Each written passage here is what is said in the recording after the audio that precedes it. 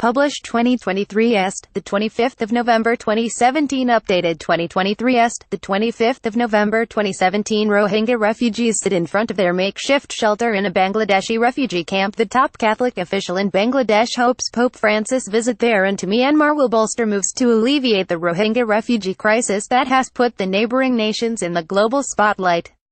Despite last week's deal to return to Myanmar some of the hundreds of thousands of people housed in the world's largest refugee camp, on the Bangladesh side of the border, Cardinal Patrick Dresario warns that the situation remains both explosive and tough to resolve.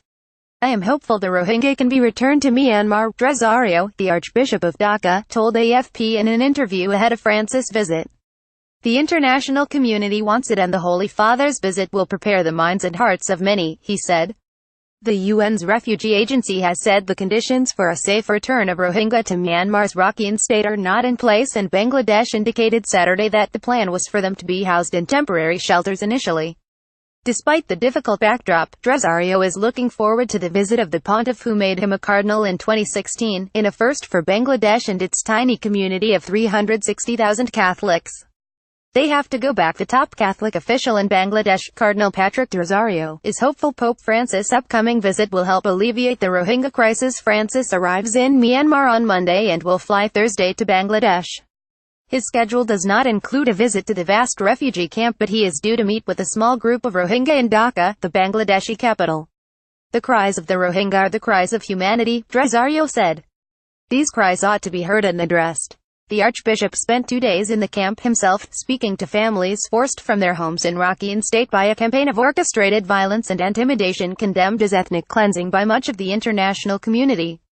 "The main thing is to tell the people we are on your side," he says, adding how he takes inspiration from Francis' oft-repeated description of the Church's role as being like that of a field hospital. Caritas, the Church's humanitarian arm, is helping to feed 40,000 families in the refugee camp, an estimated total of around 300,000 people. "Can you imagine a small church like ours working with the Rohingya and taking care of a third of the refugees? Our little church, despite his pride in the pivotal role Bangladesh's small Christian minority has been able to play in the crisis," the Cardinal admits the outlook is not good. "I don't think Bangladesh can take care of the Rohingya in the long term," he said. "They have to go back, but they will not go back unless there is certainty on their security, their citizenship, their right to land, right to shelter, and also a mental security."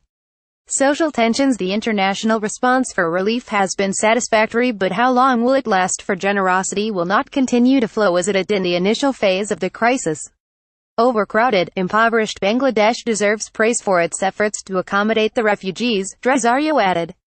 But inevitably there will be tensions because of the impact of the latest Rohingya influx on local tribal groups.